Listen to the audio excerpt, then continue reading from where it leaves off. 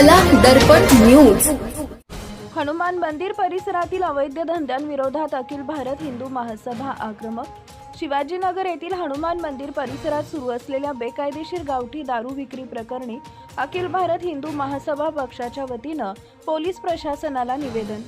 या संदर्भात संबंधित अधिकाऱ्यांना दिलेल्या निवेदनात त्यांनी म्हटलंय की हनुमान मंदिर परिसरात उघडपणे गावठी दारू विक्री सुरू असून त्यामुळे परिसरातील कायदा व सुव्यवस्थेचा प्रश्न गंभीर बनला आहे।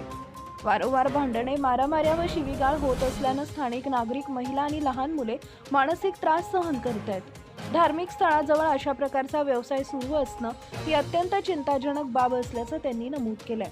याबाबत स्थानिक पातळीवर तक्रारी करूनही ठोस कारवाई होत नसल्याची भावना नागरिकांमध्ये निर्माण झाल्यानं आंदोलनाची शस्त्र पक्षाच्या वतीनं उचललाय। त्यामुळे संबंधित ठिकाणी तात्काळ छापा टाकून बेकायदेशीर दारू विक्री करणाऱ्यांवर कठोर फौजदारी गुन्हे दाखल करावे, तसेच परिसरात कायमस्वरूपी पोलीस गस्त वाढवावी अशी मागणी करण्यात आली आहे। प्रशासनानं तातडीनं कारवाई न केल्यास पोलीस कार्यालयासमोर उग्र आंदोलन छेडण्यात येईल असा इशाराही शहर प्रमुख संजय पाटील यांनी दिला आहे। आता प्रशासनाच्या भूमिकेकडे नागरिकांचं लक्ष लागलंय। यावेळी उपजिल्हा प्रमुख रमेश भोरे, शहर प्रमुख संजय पाटील, सुहास माने, नितीन काकडे, सूर्यकांत रावण, दादासो कामते, संदीप भंडारे, पप्पू लोंढे, संतोष परीट, सचिन माळी, रेंदाळ, शहर प्रमुख सचिन सादळे, गणेश शिंत्रे, ओंकार जांभळे, शुभम पाटबळे, सचिन सूर्यवंशी, सुदर्शन पोद्दार, स्थानिक नागरिक मोठ्या संख्येनं उपस्थित होते।